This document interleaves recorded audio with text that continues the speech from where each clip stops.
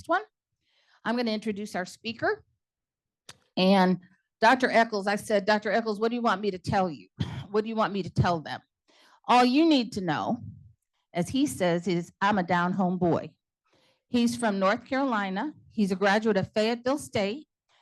He's a graduate also of Morehouse School of Medicine. So, down-home boy, come on.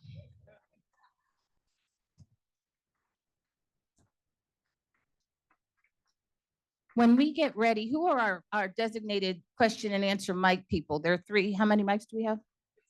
Huh? 3? Okay. When he gets finished, I need to know who you are. We're going to go 1 section, 2 sections, 3 sections, and back and forth like that. There you go. Right. Good morning. Good morning. Good morning. So, I came in here and everybody's all, quiet and nice and neat. And I'm like, this is really nice. I know why, because of Dr. Parker.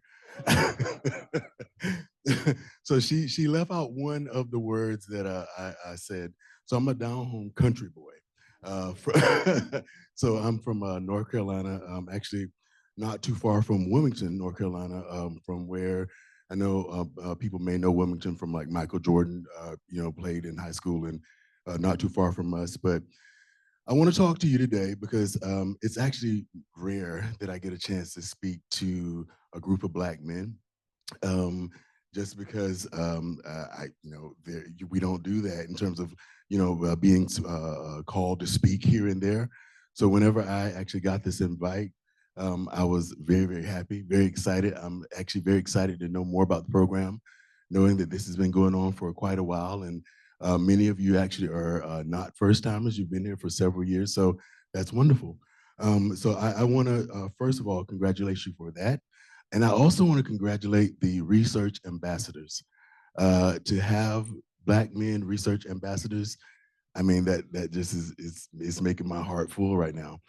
So I'm actually the Associate Director of the Cardiovascular Research Institute at Morehouse School of Medicine, as well as the Associate Professor of Medicine there. And I also share that role of being the Chief Diversity Officer for the American College of Cardiology, which is about 60,000 members internationally. And so I'm responsible for all of the efforts there in the name of equity and diversity. So I want to let you know, first and foremost, I'm here today as a Black man, just thankful to be in the midst and actually able to sort of be able to do this talk today. So the question here is why should your brain and heart health? Now, like I said, from 5 minutes of meeting Dr. Parker, I know you guys actually know quite a bit about why this actually matters. She seems like she's about business, and she seems like she is making sure that you guys have everything that you need. So I love it. But I did want to just kind of, first kind of right set us, just to kind of let us know who, sort of a Black man in America, like what does that mean? What is that definition?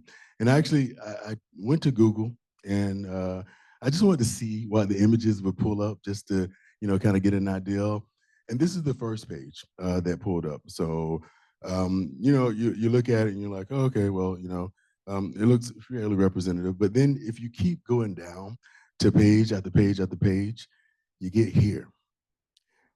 And here is where I feel like this is really how people see us.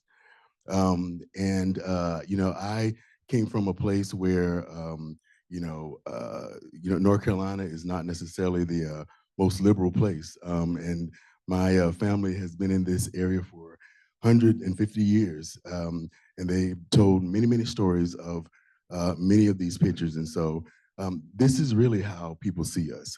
And so I want us to kind of be aware of that, because we need to make sure that we are taking care of ourselves, not just as a person, but as a community, as Black men. So a little bit about me. This is the 2 most important people in my life. My granddad and my grandmom. I mean, my mom, let her tell it. She'll, she was very jealous of the relationship that me and my grandmother had. But my granddad was some man. He was actually born in 1899. My granddaddy, he actually lived to be 95. And he was chopping wood up until the day, almost a couple weeks or so until he died. And this man, like I said, he built all the houses for our family and the community and other places, and was always moving. But the one thing that I always remember is, when I grew up, I've always remembered him to have dementia. The 16, 17 years that I knew him, I saw the last sort of end stages of Alzheimer's. And unfortunately, he at 95 or got to the point where he couldn't eat and forgot how to chew. And we got to see that. And so at 16, 17, so I've seen this disease and I've seen what it can do. Now, in terms of heart disease, we should understand that, yes, it is still the #1 cause of death here in the United States. Okay, so roughly 1 out of every 5 deaths. And basically, there are several millions of people. I don't really need to kind of go over that. And that's really not the point, because you guys can all, Google statistics, millions and millions of people. I think the biggest thing is, for me, the #1 sort of what I call controllable or modifiable risk factor is blood pressure. And we've blood pressure has had a long sort of interesting history here in terms of treatment and what people think is the right number versus the wrong number. And it's gone down and down and down and down. And if you have diabetes, and if you have, so it's quite complex. And I can see how people kind of get confused in terms of like, what number should I follow? So we're going to talk about that today, and hopefully it'll kind of help us a little bit.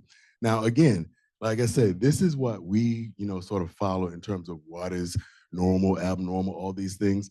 In my view, this is just this doesn't help anybody. This, it doesn't help anybody. And so my whole thing is, if your blood pressure just, you have 2 numbers, one on the top, one on the bottom. If that one on the top is above 130, it's too high. If that one on the bottom is above 80, it's too high.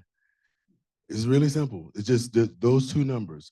And just, a lot of people kind of keep in their minds 120 over 80 because that's kind of what's been touted as normal. But normal can be anything as long as you're living and breathing and fine and actually maintaining and actually well, meaning like you're not confused or anything. So a lot of people would get nervous whenever they have a blood pressure of 110 over 75 or 101 over 60.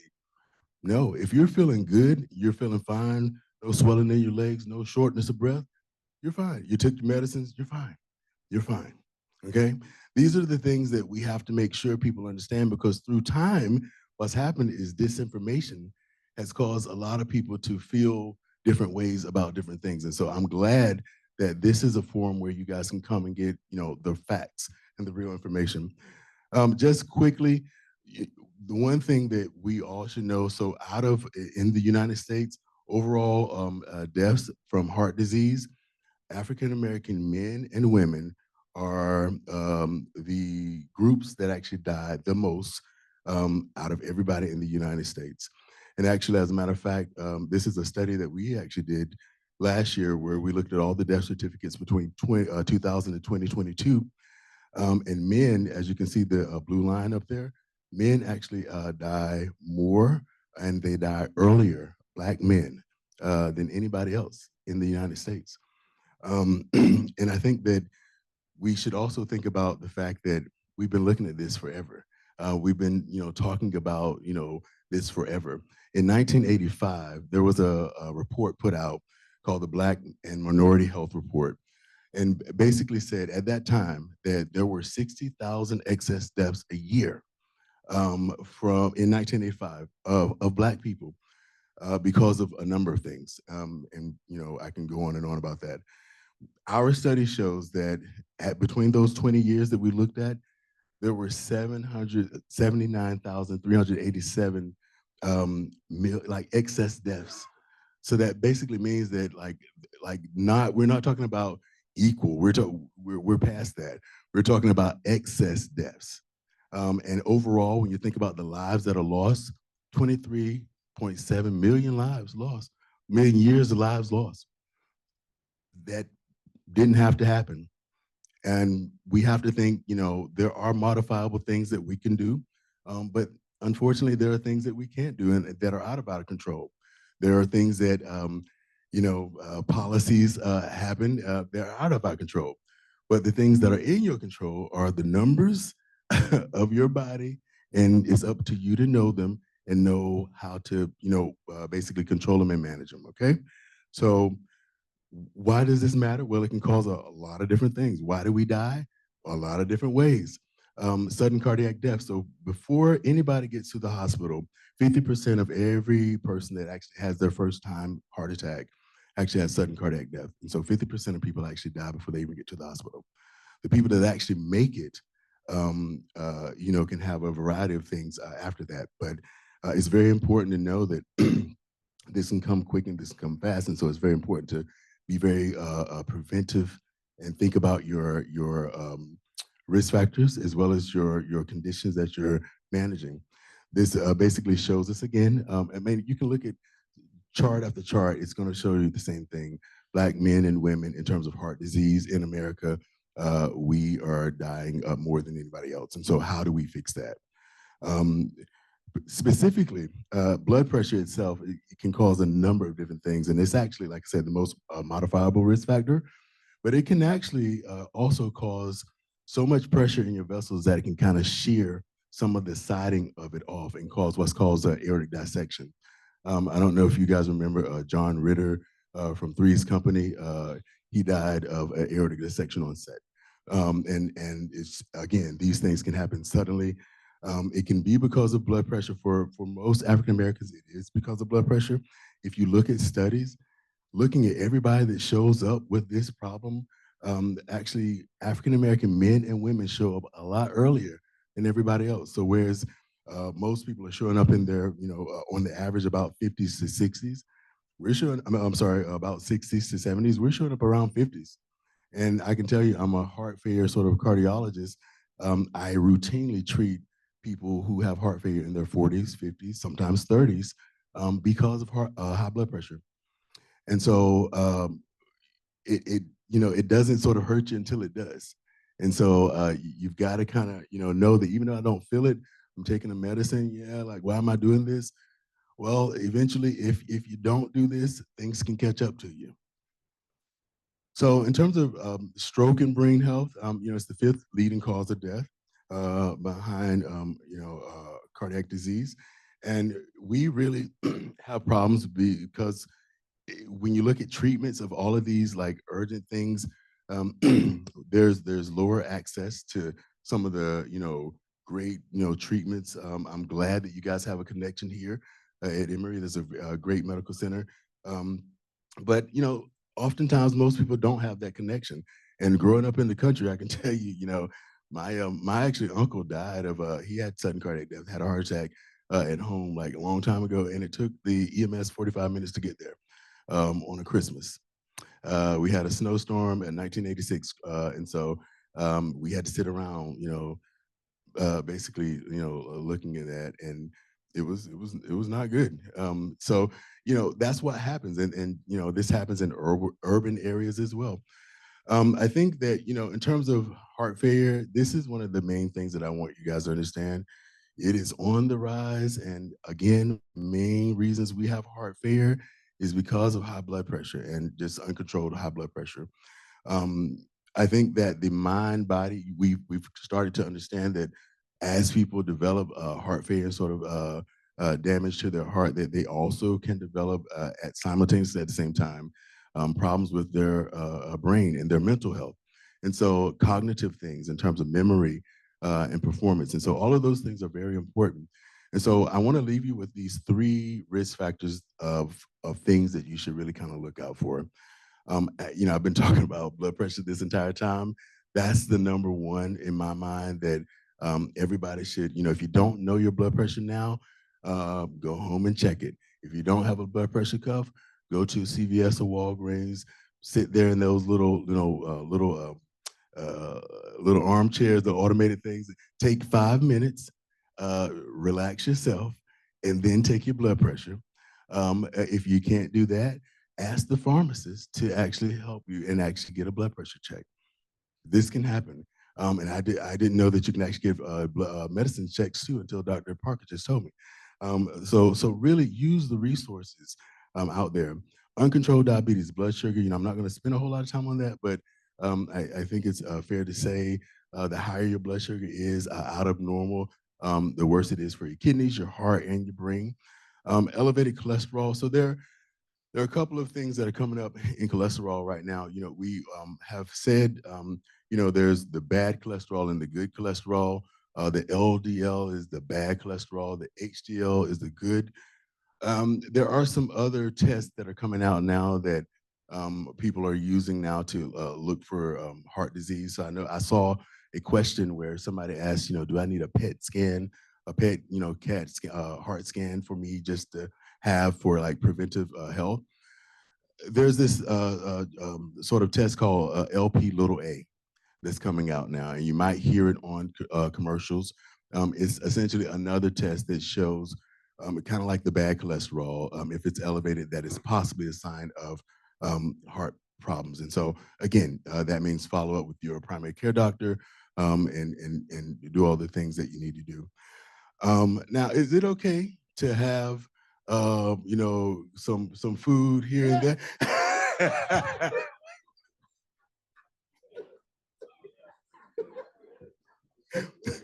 Well,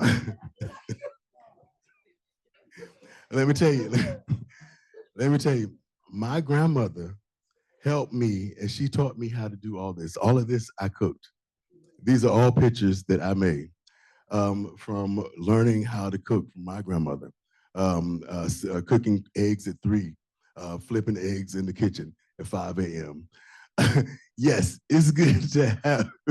Yes, you can have this every now and then, but there are things that you definitely need to watch out for. All right, so you definitely need to be mindful, and I can tell you, there are a lot of things that uh, you think don't make a lot of changes, but they definitely can. My granddad, again, I saw him go from diabetes on insulin to off of insulin with just regular medicines by losing weight, and my grandmother just changing up the diet a bit. I'll talk a little bit more about that just as I end up here. But the key takeaways: heart disease is still on the top of the list, and it is definitely still something you should, be mindful of. High blood pressure is the problem. It's the one problem that I want you guys to all leave from here, and figure out what your blood pressure is, and figure out what you need to do to treat it and control it. Life steps are good. Activity, yeah, I can tell you, if y'all walked out here from this parking lot, y'all got some steps in today. um, but this is where I want, and health equity is good. What improvement for all is wonderful. But again, this is the one last thing I want to say. If you are in this room and you've had a period of time where you've had something happen, or you've had a heart a problem, or a brain problem, and you've had to go through a circumstance, I just want you to remember that. So I bookend this presentation with 2 men that were incredibly important to me. And this is my uncle Waddell, who was also there, and he was a U.S. Force Airman. Actually, when he came home on a leave, he actually it was in a car accident and was paralyzed. So the entire time I knew him, he was also paralyzed, but he also went to Fayetteville State University, the same college that I did. He was also an accountant in our community, and he was also the person that told me, no matter what, you can still get back up and keep moving. And so whenever in 2022, when I was doing my thing, life was lifing, all of a sudden, this is me after routine outpatient procedure, just very, very normal. January 2023, for 3 months, on dialysis, on the ventilator, for 3 months in the ICU, lost 150 pounds. It was the hardest period of my life. And knowing how a patient lives like that day to day, and having no dignity and no respect, and being dependent on everybody to do everything for you. I thought I was a good doctor then, but God has showed me there's so much more to do. And so I want to tell you that, you know, for those of you that are out there that are dealing with things, it's never too late to change things. It's never too late to get your blood pressure on track. It's never too late to prevent something down the road. And so I leave you with that. This is a picture of me, my son, and my dad. My dad died at 28 from an oral abscess. Just didn't know that it was important, and actually ended up getting sepsis and died at 28. This is his kids and him now. And then this is his last one. And he probably has more of a personality like me. So, but I'm just, I'm showing you that because there's a really like a resemblance throughout that generation, those generations. And there's power in the blood. And just remember that we all have resilience and power in our blood. Thank you so much for inviting me.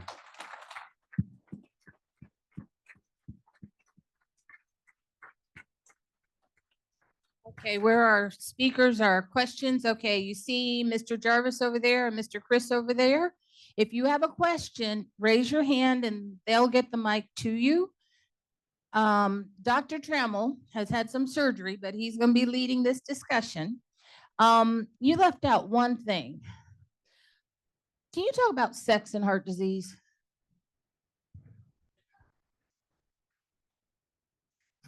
She's a mess. So, so two things. And this is important. So if you want a reason to not have problems with sexual dysfunction, you want to get blood pressure under control early. So a lot of people come into the doctor because they've had blood pressure problems for so long, they start taking blood pressure medicines, and then things start acting up. And for a period of time, what I usually tell people is that that's normal. That can happen because you have to think about it. Your body is used to working on a different pressure than what you're trying to live on with these medicines. And so you're trying to bring this down so you can actually prevent the damage to your brain, your kidneys, and everything else downstairs. And so you just you just have to give it a little bit of time. And oftentimes, if it doesn't get better, then yes, that's what you go to cardiologists, and people are. I'm very comfortable with sort of managing that. But the one thing that I always try to do with that situation, particularly if someone's has a significant other, or spouse, or is married, I also make sure that the woman knows that this is not his fault. He can't do anything about this, and if you say, if you harp on it, this is only going to make it worse. And you cannot, I can't you can't believe how many women feel like it's like an insult to them because you can't get up. And I'm like, you got to like this is not about you. This is about his blood pressure. So I oftentimes will make sure that I have that discussion with both of them because it's important for them to know. We have a question over to the left here. Could you explain a little bit what LPA is and why it's important to the African American community? So that was the one I was talking about, the lipoprotein little a. So that's a protein in the blood. And it's, again, the best way I can sort of help it sort of align is LDL is the bad cholesterol. LP little a is also bad for the heart. So basically, when you see that, if it's elevated, that says that you're at an increased risk for heart problems. But again, I want people to, when you take a test doesn't necessarily tell you every single thing that you need to know. A test is just a test. It's a diagnostic test. For us, it helps us figure out what could be the reason. But just because you have something that you think might be positive does not necessarily mean that you're doomed or you're going to, die of a heart attack. There are risks and probabilities in this that have to be discussed with you. That's why you go to a clinician to talk about them and get the right information. But yeah, so it's the same thing as the bad cholesterol. So there are medicines now that are coming out that can show that they can lower it and possibly reduce the risk. It's shown that Black people actually have a slightly higher risk in their population. And so that's why, sort of commercially people are hearing more about it. But sort of treatment of your overall, these things that we talked about, the blood pressure, the cholesterol, and the diabetes. Treating those things will and if anybody's smoking, stopping. And if you're not getting 8 hours of sleep, try, because that also increases the risk of problems. So yeah, so if you do all those things, you have a way better chance of having not having any issues with that actual test.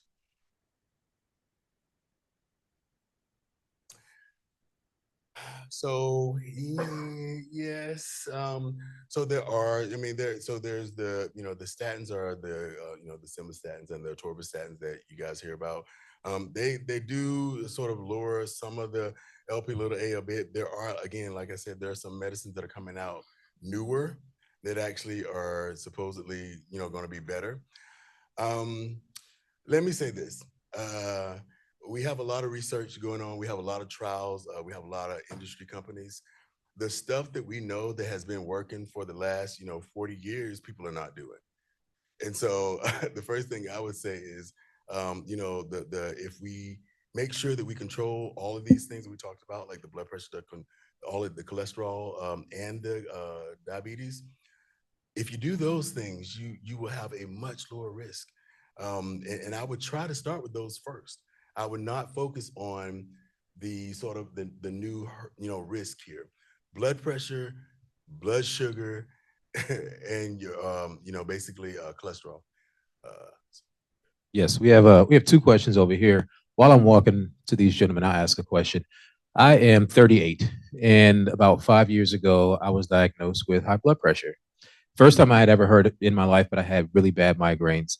They prescribed me the medication, but they told me that one of the side effects was what we just talked about. I said, I can't have that, right? Not at my age. So I went to a second doctor, and this doctor asked me one simple question: when are you getting your blood pressure taken? And I said, well, call me in the waiting room, and I go sit down, and they hook me up. She said, stop doing that. Sit a couple of minutes, and you mentioned it, 5 minutes or so. Sit a couple of minutes, and then have them take it at the end of your session. Can you just explain the difference in time as far as them taking our blood pressure when we're rushing through the waiting room and we're worried that our copay won't hit? Just talk about that for a second. So, and by the way, we are in the other side, not knowing what's going on, don't know anything about it. Like people come in all angry with us. I'm like, I don't know what happened, what's going on. But let me just tell you. So that's an excellent question. So probably 90% of you, when you go to doctors, within 2 seconds, you're slapped in a chair and sat down with a strap there, and blood pressure is starting, no matter what's going on. That's the wrong way to do it. The best way to take your blood pressure when people come in is you have people sit down and at least wait for at least 5 minutes, preferably in a calm room where there's not a whole bunch going on. But really, the way you actually diagnose blood pressure is you take your blood pressure, but you take it 3 times. You take it 3 times. So you wait 5 minutes, and you take it actually 3 times every 5 minutes, and get an estimate to see what it's doing there.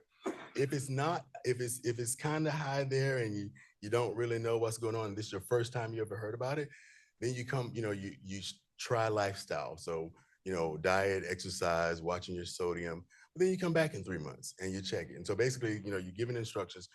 Now, if you've done all these things and you come back and your blood pressure is still high, then that's when we start talking about medications. And for us, it's unfortunate, but we are, we have higher blood pressure in our DNA.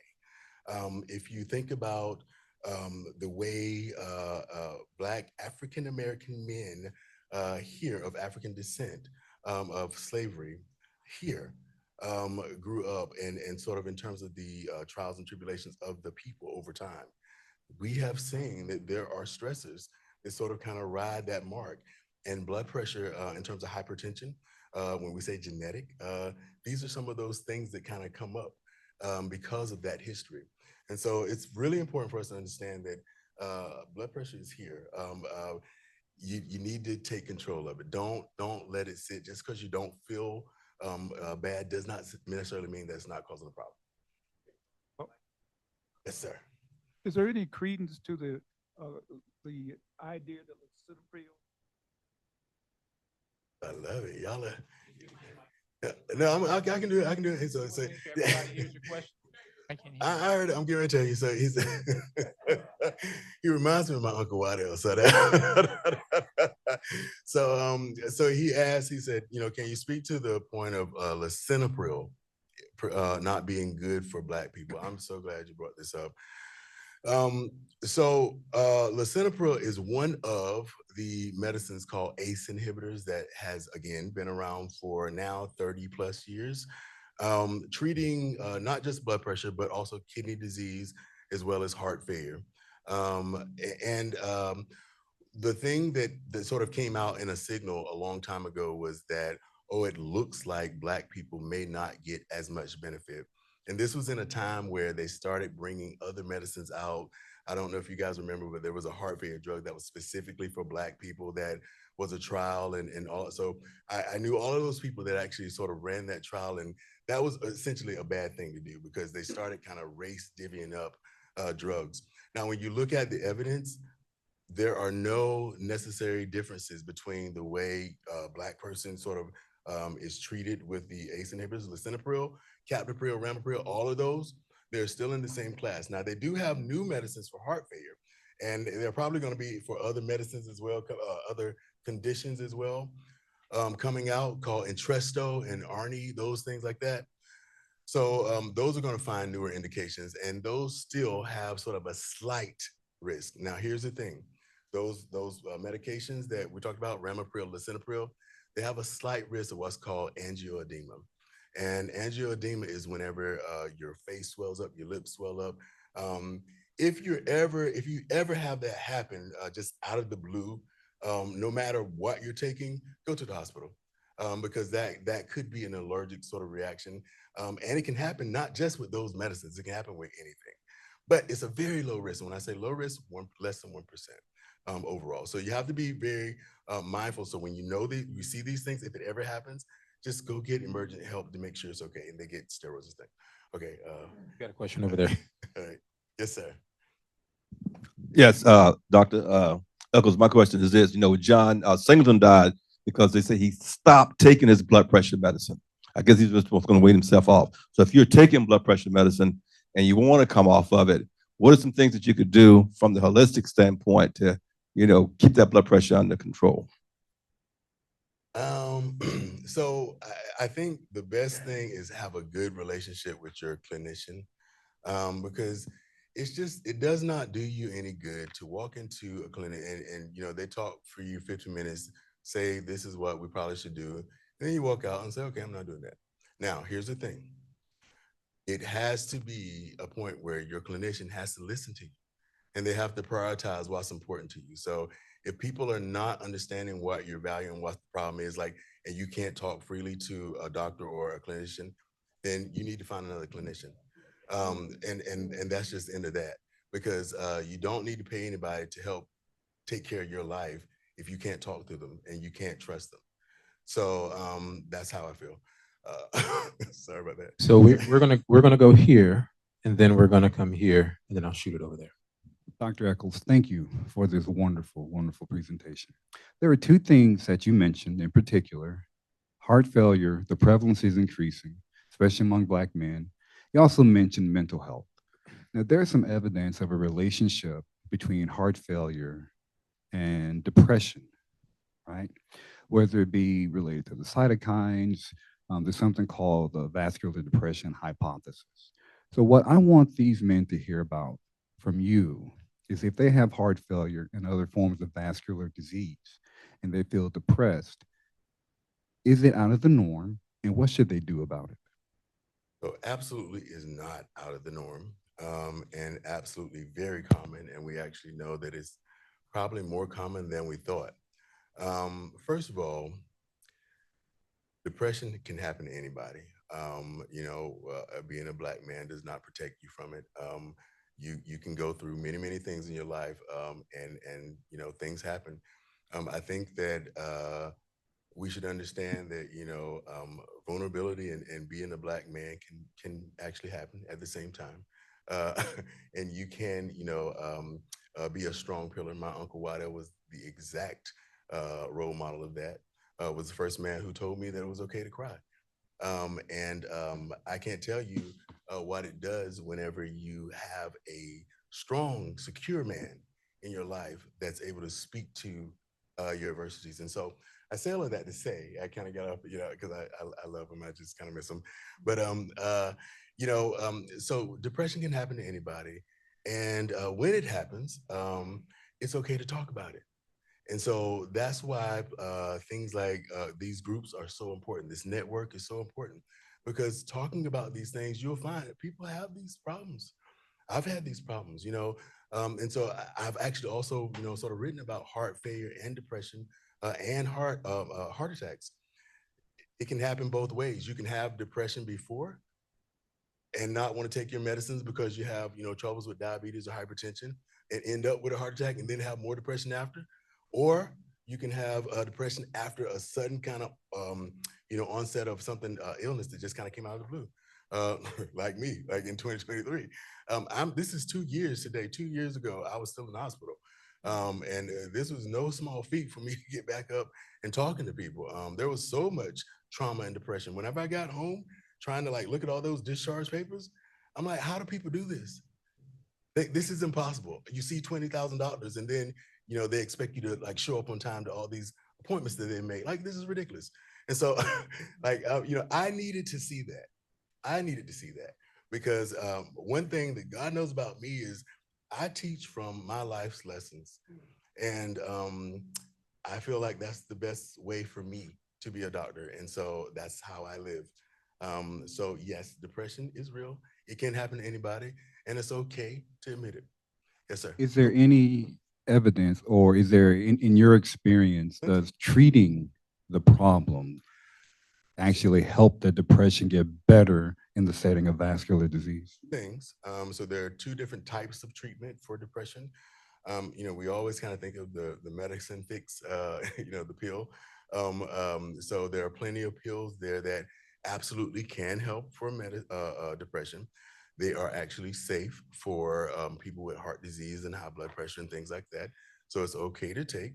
And they can help you sort of get better. Sometimes I call it sort of get better insight so that you have a better understanding of what's going on. So they do help quite a bit. Do you have to stay on them forever? No, you do not. You can talk with your clinician to, sort of have a plan and decide, if you want to try sort of moving off. And I've done that several times where people have been on for 3-6 months and then they come off as things sort of kind of move around in their lives.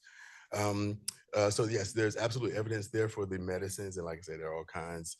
But then there are also counselors, people you can talk to about your problems. And I want to put a plug in for counseling because we don't do enough of it. And we need to do more of it.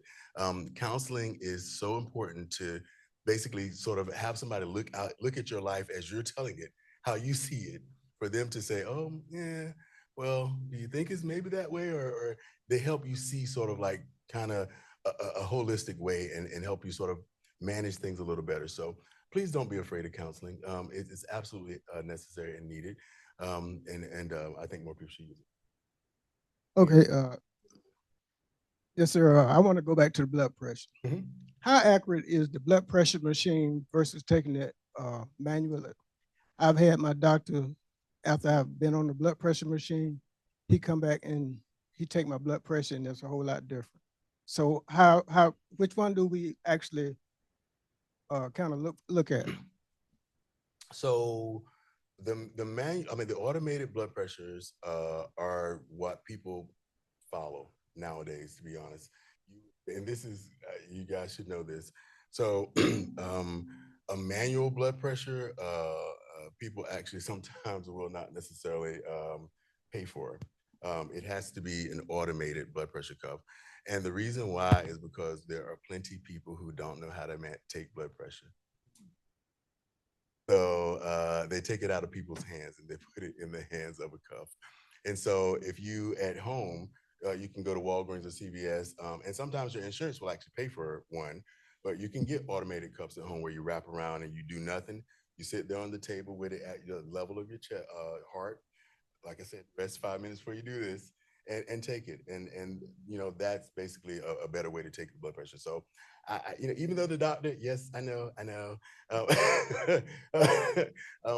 So what I would say is if it's high, you know, make sure that you double check it with multiple like sort of sources. If it's still high, you need more treatment.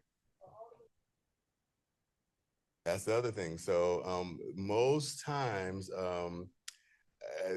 they don't really like, you know, check that to a great degree. But for the most times, when we say they're calibrated, there's a website called what is it? It's I can't I'll think about it a little bit later. But basically, it's a website that shows you what devices and what cuffs are actually validated by the FDA, Validate BP. That's what it is. ValidateBP.org. So basically, it's a site that if you want to buy a blood pressure cuff, it shows you which ones that are actually validated and good to buy. Wrist blood pressure cuffs don't work. Don't even try it. These rings, don't even try it. So you really need the arm cuff, okay? I did that, sorry. Thank you, doctor, for coming here with us. Yes, sir. My concern, and it has been such a concern over the years of me being a Negro in a Caucasian-dominated society. Having read the Constitution, Article 1 tells me it takes 5 of me to make 3 of somebody else. I have a president who accuses the Haitians of eating cats and dogs, and now Elon Musk wants to give asylum to Caucasian South Africans. Is there anything that's been done to address that issue and to help us realize that we are in a hostile society? Elon Musk is an African American, just so you know. Elon Musk is an African American. Whatever.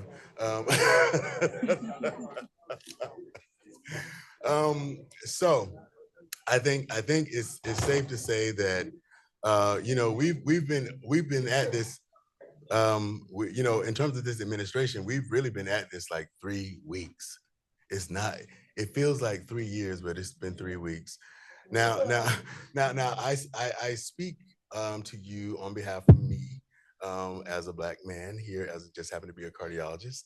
But I think it's going to take more galvanization by people that really care, who are marginalized. And so that means more of us in networks like this to sort of galvanize and actually really try to connect to the generations. And so you know, I saw a comedy special where this young guy was talking about how, you know, he called us old dudes, but he was like, old dudes hate us. You know, he sort of went through this whole thing about how they think we're different and weird and this and that and the other. But, you know, they're a product of how they were, you know, brought up. Most people like me, you know, my dad died early. And so he was, you know, raised by his mom and his aunts. He, you know, just basically said that he was a product of his environment. And so I think we have to connect to us all. When I say us all, meaning us all as Black men throughout the ages, because there's wisdom like nobody's business in people who have lived through this time, lived through the civil rights era. And I think we're missing out on it. So we need to appreciate that, and we need to make sure that we learn from that. Dr. Echols, you know, we hear about the blood pressure, kind of high. Can you give us the numbers for normal, high, kind of high, and high? Top, bottom. If the top number is above 130, it's too high. Top. If the bottom number is above 80, too high. Okay, so just keep those, because like I said, I showed you all those red, green, yellow, black, blues. Like, there's no point in that. Just know what you need to sort of shoot for. Yeah. Gentlemen, we have time for 3 more questions. I know these are all so good, and if you get mad at me, okay? But we're gonna do one over here, And then we're going to come over to Crystal, and then I'll take my last one over here. Yes. Doctor, I want to thank you for, first of all, for being here, and also for acknowledging the fact of that a lot of doctor's office don't realize what you were mentioning, which is labeled as white coat syndrome, which is when you walk into a doctor's office, your blood pressure skies high. I am a retired firefighter, and have been EMS for over 20-something years, and a caregiver for a 99-year-old mother up until recently, who did have high blood pressure but controlled. But every time she stepped into a doctor's office, whether it was a dentist, a doctor, or wherever, her blood pressure was always high. A lot of doctors' office don't give credence to this and just go with that first reading. I took my mom into an emergency room in December. Came in, walking, talking, laughing, whatever. Doctor saw her, the blood pressure was sky high. I told him, she has white coat syndrome. Give her a chance. 10 minutes later, they were giving her a drug for her blood pressure, which sent her into a cardiac arrest and suffered a stroke at the same time. She survived, thank God. But more doctor's office, more medical centers need to give credence to this. And as you said, doctor, the best way to do it is give them time, talk to them, make sure that they have a relaxed situation around them, so that when you take it again, the second, third, or even fourth time, it's much lower, because the medications given for these conditions do tend to have an opposite effect than what they're trying to do if they're over medicated. Now, let me first of all, let me say I'm very, very sorry for your mom, and you are right. Things like that can happen. For the majority of people, though, I want you to understand this. Don't get the proper blood pressure sort of number treatment the way you take. Don't get that caught up in your head with my blood pressure is not high. Okay, if they take it 3 times and it's high, the right way is high. If they take it 4 times and it's high, if they take it 3 months from now and it's the same number, it's high. So, there are things that we do whenever you first come in with blood pressure problems that we say, hey, change your diet, change this, change that. We don't need medicine right now. We'll see what happens. But if you come back in 3 months and you've done all of that and it's high, it's high. So stop fighting the doctors. Work on a program that you guys can work together. But with all that being said, he is absolutely right. The way our healthcare system is right now, completely broken. And people are not efficient. They're worried about getting people in and out, and all that does is just drive people's blood pressure through the roof.